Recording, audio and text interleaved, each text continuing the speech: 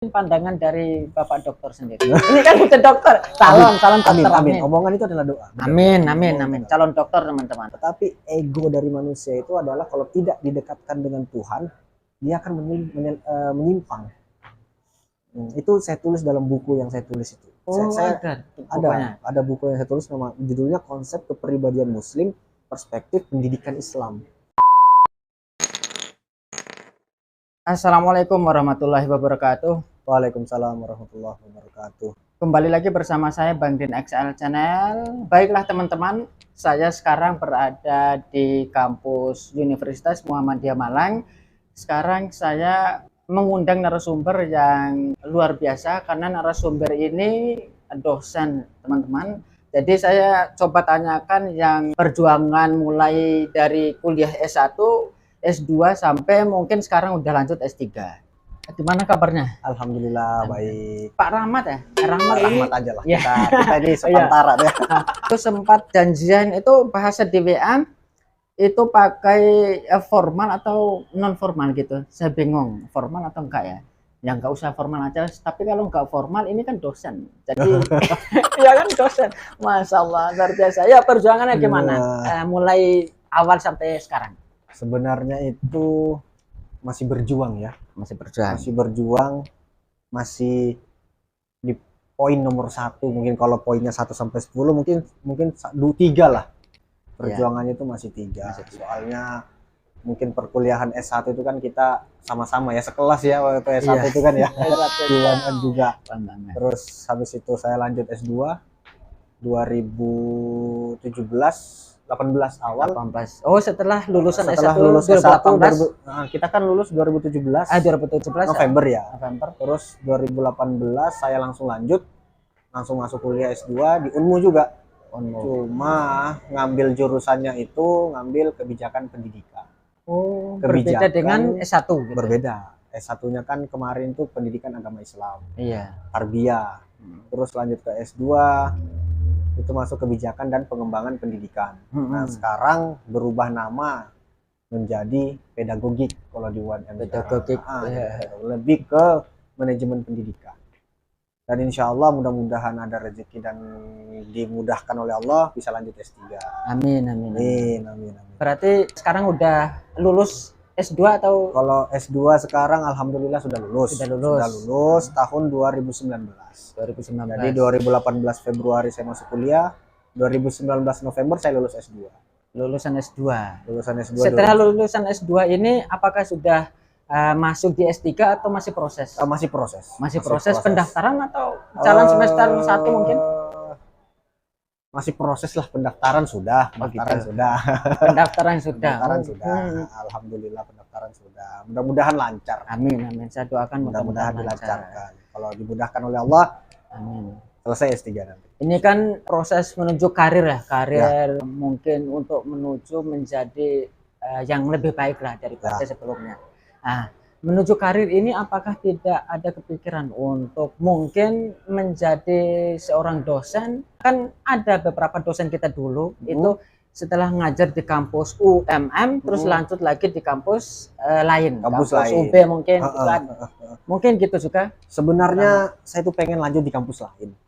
Cuma kayaknya sudah terlalu nyaman di Universitas Muhammadiyah Malang ya, jadi ya di Malang aja lah. Saya rasa mungkin sama saja. Mungkin yang penting kan keilmuannya kita dapat. Iya, keilmuannya kita dapat. Ya seperti itu. Kalau pengen jadi dosen ya pengen banget jadi dosen. Dan sementara saat ini ya masih mengajar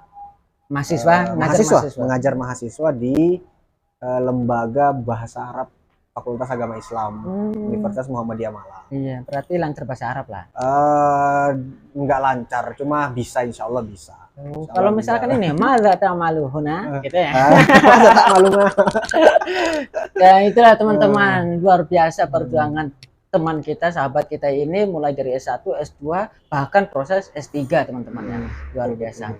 Untuk kali ini kan sambil proses kuliah dan juga sambil proses S3 kan, sambil proses mengajar menjadi seorang dosen, apakah tidak berpikiran untuk mungkin masa depannya yang lebih cerah? Teman-teman kita, sahabat-sahabat kita juga sudah pada mempunyai pasangan, suami istri, bahkan juga sudah mempunyai anak. Ada berpikiran nggak mungkin jenjang ke selanjutnya untuk pernikahan? Setiap orang mungkin itu punya caranya sendiri-sendiri untuk menjalani hidupnya, gitu ya. Benar-benar. Kalau saya itu pastinya sebagai saya laki-laki, pastinya karir itu hal yang utama juga. Dan sekarang itu masih berproses. Sekarang lagi pelan-pelan untuk karir, untuk menempuh karir.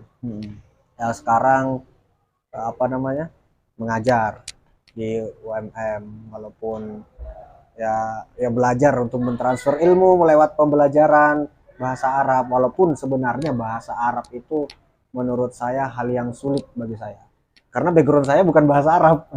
Seperti itu ya kan, background saya S1 PAI, S2 manajemen pendidikan, sebenarnya lebih ke pengelolaan pendidikan. Ya, tapi saya dipercayakan untuk mengajar bahasa Arab, insya Allah saya bisa. Nah, insya Allah saya bisa. Meskipun nggak 100%, paling 98. Wah, kurang lebih seperti itu.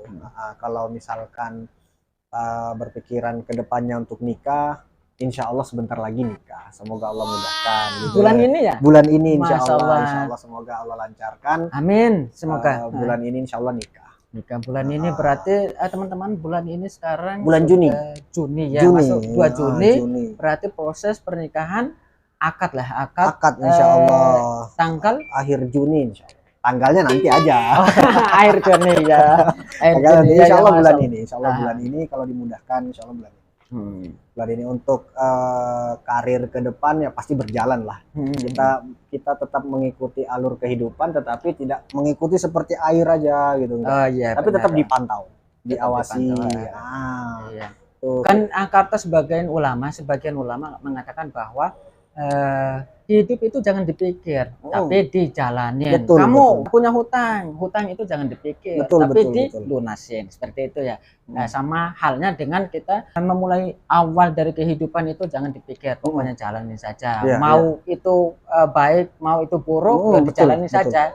Nah, tapi bagaimana kita hidup itu kan harus mempunyai niat-niat baik, bukan untuk keburukan semata. Ya, kalau kata orang kepada saya, kamu nih badanmu gemuk, nggak ada pikiran. Wah, saya bilang wah nggak seperti itu kan. Bukan berarti badan saya gemuk besar, bukan besar ya, gemuk gini ya nggak ada pikiran. Ini pikiran banyak banget ini pikiran ini, apalagi mempersiapkan ini terus belum lagi karir ini pengen seperti ini, tuh banyak sekali keinginan yang ingin dicapai. Cuma kita tidak bisa mencapai keinginan kita itu dengan instan. Nah, sama seperti mie instan itu, walaupun namanya mie instan tetap direbus. Tetap direbus, airnya dimasak dulu, tunggu mendidih, terus dimasukkan akhirnya jadi mie instan. Benar. Nah, itu semuanya pelan-pelan berproses. Tapi memang terkadang ada beberapa orang itu yang hanya melihat hasilnya saja. Tetapi ada juga orang yang melihat dari awal sampai hasil. Nah, orang-orang seperti ini memang ya paham proses, paham yang namanya proses. Semua orang itu pasti mempunyai proses dari kecil ke besar, nggak ada dari 0 langsung angka ke 10. Iya, benar. Kecuali lewat orang dalam. Benar. Tapi Indonesia ini kan daerahnya sendiri, bahwa Indonesia ketika misalkan kita masukkan anak kita, keluarga kita, suatu mungkin perusahaan, nah perusahaan itu ada orang di dalamnya itu gampang kan, misalkan instansi pendidikan, terus masuk, itu kepala sekolah itu kan tetangga kita, seperti itu. Betul. Apa mungkin pandangan dari Bapak dokter sendiri? Ini kan bukan dokter, calon dokter. Amin. Omongan itu adalah doa. Amin. Calon dokter teman-teman. Jadi kalau pakai perspektif saya sendiri, memang itu sudah menjadi budaya ya, dimanapun itu, baik tingkat RW, kecamatan, kabupaten, sampai provinsi, sampai ke nasional, internasional mungkin, nggak tahu ya kalau internasional. Kita kan lingkup nasional ya, mungkin itu sudah menjadi budaya seperti itu. Makanya saya kadang kalau ketemu teman-teman itu atau ke mahasiswa saya, biasanya kayak mahasiswa yang saya ajar ini, kita sekolah itu penting. Kenapa penting? Karena kita sekolah itu untuk memperbaiki pola pikir. Ya, memperbaiki pola pikir, karena pada dasarnya manusia itu dia lahir ke bumi itu tidak tahu apa-apa. Nah, karena maka supaya dia mempunyai pengetahuan, makanya dia harus belajar. Salah satu bentuk belajar ya sekolah. Nah, seperti itu ya. Salah satu bentuk belajar itu adalah sekolah.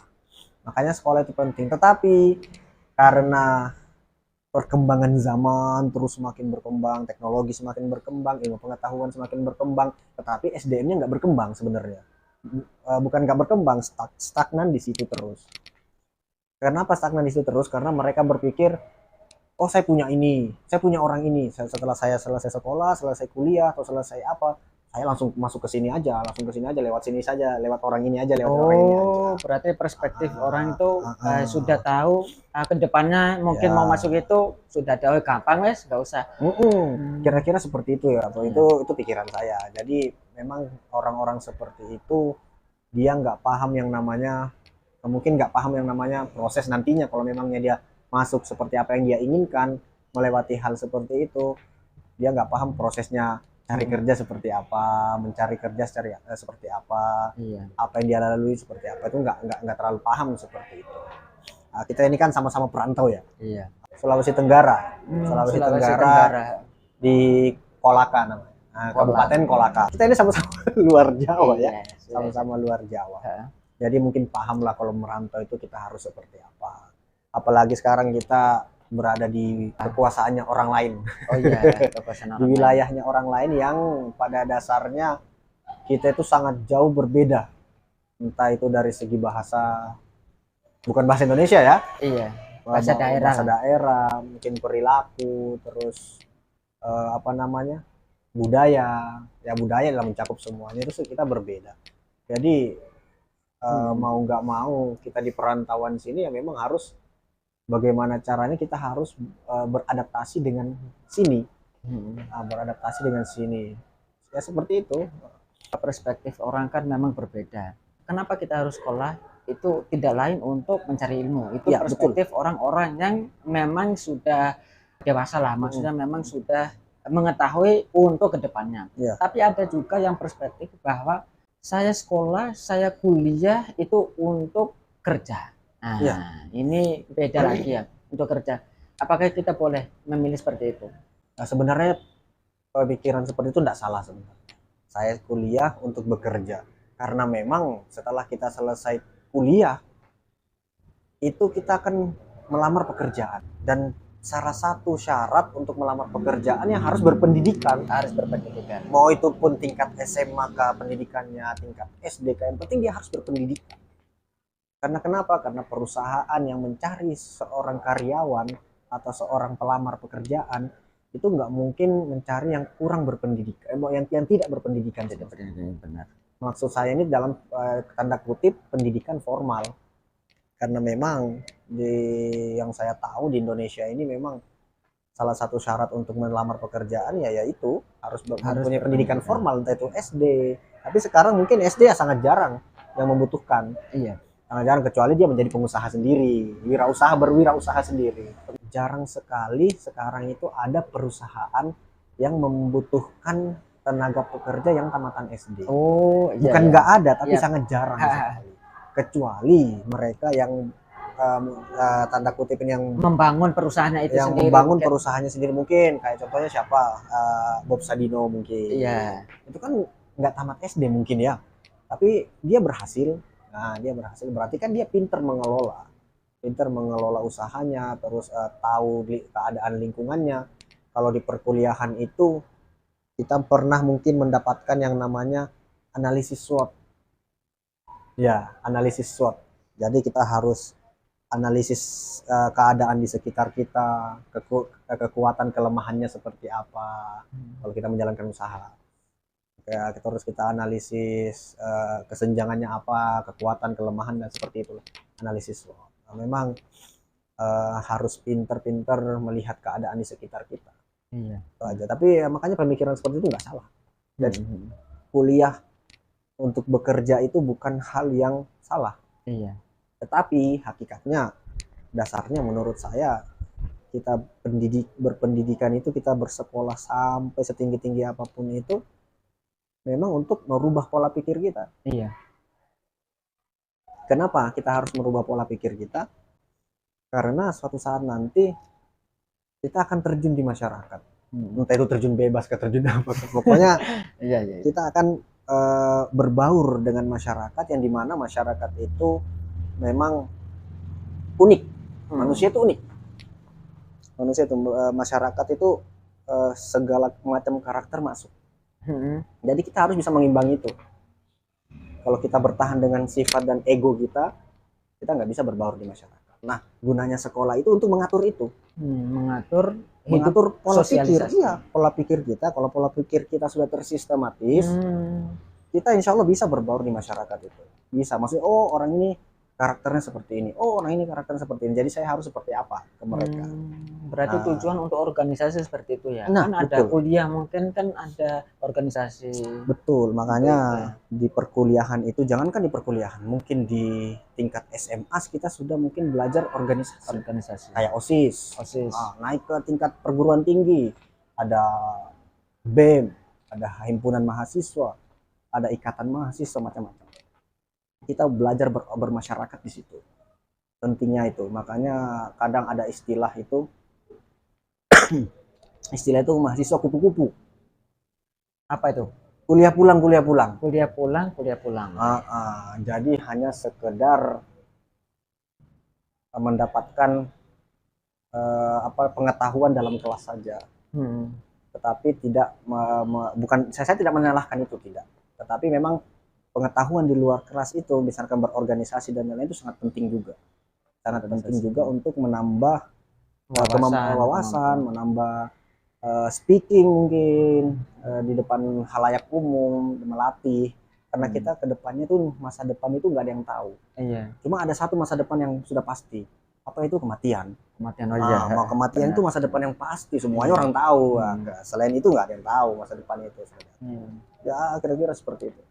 Sejatinya hidup manusia ada dua. Yang pertama menunggu waktu sholat, dan yang kedua menunggu waktu disolati. Berarti kematian itu pasti. Iya, kematian itu adalah masa depan yang pasti. Dan itu tidak bisa ada yang merubahnya. Benar-benar takdir itu kematian masa depan. Jadi memang kembali lagi ke pertanyaan yang tadi mungkin ya. Jadi di dalam agama sendiri juga kan mengajarkan kita untuk berilmu kan, menuntut ilmu kan. Ayat yang pertama turun aja ya disuruh baca.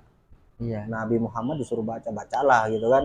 Berarti memang pentingnya ilmu itu. Jadi orang yang ilmu itu lebih tinggi mungkin daripada adab mungkin ya, seperti itu. Kalau nggak salah seperti pada akhlak gitu lah. Mungkin seperti itu. Jadi memang ilmu ini sangat penting. Sangat penting. Jadi kita bisa dimuliakan itu karena kita berilmu, bisa berilmu. Nah, kan ada beberapa hadis kan yang kita pelajari dulu. Kadang ada orang yang berkomentar, ngapain sekolah tinggi-tinggi katanya, bikin habiskan uang, tenaga, menyusahkan orang tua dan lain-lain. Tapi sebenarnya itu menurutku pemikiran yang sangat sempit ya, sangat pendek. Sangat pendek. Tapi keberhasilan seseorang itu tidak ditentukan juga dengan tingkat pendidikan. Tetapi dengan adanya pendidikan, insya Allah kamu berhasil. Kenapa kamu berhasil? Karena kamu lebih baik daripada orang yang tidak berpendidikan dari segi pengetahuan mungkin seperti itu pendapat saya. Nggak tahu ya dari orang lain. Memang kita harus mempunyai prinsip dalam menjalani hidup, itu harus ada. Jadi saya dulu itu waktu SMP SMA, saya SMP SMA itu di pondok pesantren. Di pondok pesantren. Jadi ada satu teknik dasar yang diajarkan guru-guru saya di pondok pesantren itu, kalau kita berbicara di depan orang banyak, jangan lihat matanya, tapi lihat jidatnya, atau lihat sekitar kamu di atas kepala mereka. Itu salah satu menurut saya teknik yang paling dasar untuk berbicara di depan orang. Tetapi ada juga yang beranggapan bahwa kalau kita berbicara di depan orang tidak melihat matanya itu, kita dianggap kurang sopan. Iya. Nah itu setahu saya seperti itu. Jadi memang kita harus bisa tahu lawan bicara kita itu siapa. Iya. Dia siapa. Kenapa harus seperti itu? Karena agar pembicaraan itu menjadi enak, santai, nggak terlalu gugup dan lain-lain. Nah seperti itu. Sejatinya orang yang senang untuk berbagi pengetahuan, misalkan apa, kayak dosen, kayak guru, pengajar lah ya, mau nggak mau dia harus pintar berbicara di depan orang. Iya. Karena memang dia harus, walaupun dia menjadikannya itu sebuah beban yang berat, tapi lama kelamaan dia akan senang di situ. Jadi ya, memang kita harus mencintai pekerjaan kita gitu kan. Kalau misalkan kita nggak mencintai pekerjaan kita, ya resign aja, segera resign. Kenapa kalau kita harus segera resign? Kalau kita nggak segera resign, itu akan menjadi beban dalam hati kita. Seperti itu. Iya. Jadi ya saya dulu tuh nggak punya cita-cita untuk jadi pengajar, nggak punya. Cita-citanya itu ya pengen di kantoran gitu, kayak di bidang ekonomi lah. Soalnya saya dulu senang tentang itu, akuntansi. Tapi jatuhnya ke pendidikan, ya udah. Karena orang tua saya backgroundnya pendidikan juga, guru juga ya. Oh, berarti diarahkan oleh orang tuanya masuk? Sebenarnya nggak diarahkan sih. Terserah kita mau memilih kenapa. Tapi saya ya mungkin takdirnya ke situ, jatuh ke pendidikan. Jadi saya ini sekarang seorang pengajar, seorang pendidik. Jadi memang mau nggak mau, kalau awalnya di situ bukan passion saya, karena background pendidikan saya di situ, ya harus ke situ. Jadi lama kelamaan ya enak aja, santai. Sudah berbaur ke situ. Makanya kita, yang saya bilang di awal tadi, di pertengahan tadi, kita ketika mau berbaur dengan masyarakat, kita harus tahu keadaan masyarakat dulu seperti apa yang akan kita berbaur itu. Iya. Akhirnya nanti, karena soalnya manusia itu memang karakternya berbeda-beda. Manusia itu unik, sama dengan pendapatnya salah satu filsuf Islam. Siapa itu namanya? Muhammad Iqbal. Kenapa saya tahu Muhammad Iqbal? Karena skripsi saya itu Muhammad Iqbal. Rujukan itu. Skripsi saya itu data utamanya tentang pemikiran Muhammad Iqbal tentang kepribadian. Kepribadian itu yang dia sebut dengan hudi. Nah, ego. Jadi manusia itu unik, sifatnya unik. Jadi ego manusia itu sifatnya unik, karakter manusia itu sifatnya unik. Pokoknya manusia itu bersifat unik secara keseluruhan. Iya. Tetapi ego dari manusia itu adalah kalau tidak didekatkan dengan Tuhan, dia akan menyimpang. Itu saya tulis dalam buku yang saya tulis itu. Ada buku yang saya tulis, judulnya Konsep Kepribadian Muslim, Perspektif Pendidikan Islam. Jadi bagaimana cara sudah kita terbit berarti sudah terbit 2019 2020 kalau nggak salah. Iya. Itu terus ada buku kedua tentang, itu bukan buku saya, buku bareng-bareng teman-teman. Itu tentang sosiologi pendidikan. Berarti itu yang kedua ya. Yang pertama kedua, tulis sendiri, terus yang kedua tentang sosiologi pendidikan, tulisnya bersama teman-teman. Bersama teman-teman di pasca sarjana sih. Iya. Tentang sosiologi pendidikan. Jadi di dalam buku sosiologi pendidikan itu kami membahas bagaimana cara berinteraksi dengan guru, berinteraksi dengan masyarakat, berinteraksi dengan siswa, bagaimana cara mengelola lembaga pendidikan, terus macam-macam. Ada beberapa macam pembahasan di situ. Nah itu keilmuan yang kami dapatkan dari selama pendidikan itu kita tuangkan dalam tulisan. Kenapa? Karena ilmu itu akan bertahan ketika ilmu itu diikat. Iya. Sama kalau kita mempunyai binatang ternak. Ya. Kalau kita nggak masukin kandang, dia mau keluyuran kemana-mana, nggak jelas kan? Kan seperti itu. Kalau misalkan kita mau jadikan di satu tempat, kita masukkan kandang. Nah, sama kayak ilmu itu. Ilmu itu kalau nggak mau lepas, ya kita ikat. Salah satu caranya dengan mengikat ilmu itu dengan mengulang-ulang ilmu itu, terus kedua menuangkannya dalam sebuah tulisan. Nah, ketika kita sudah tuangkan dalam sebuah tulisan, ilmu itu akan menjadi amal jariah. Nah, kenapa? Karena pasti banyak yang membaca. Kalau orang banyak membaca tulisan kita, dan bermanfaat bagi mereka, itu amal jariah buat kita nanti. Kalau sekarang apa? Bentuk tulisan untuk mahasiswa, misalkan jurnal. Saya juga bergelut di bidang situ. Menjalankan bidang perjurnalan lah. Jadi memang jurnal, penerbitan buku, karena memang saya senang di bidang seperti itu, di bidang publikasi lah namanya, publikasi, kepenulisan, saya senang di bidang seperti itu. Jadi makanya sampai sekarang pun ya saya ya masih sedikit-sedikit menulis. Setelah saya tulis, saya publikasikan. Entah itu tulisan saya bagus atau enggaknya, ya tergantung yang membaca ya nanti.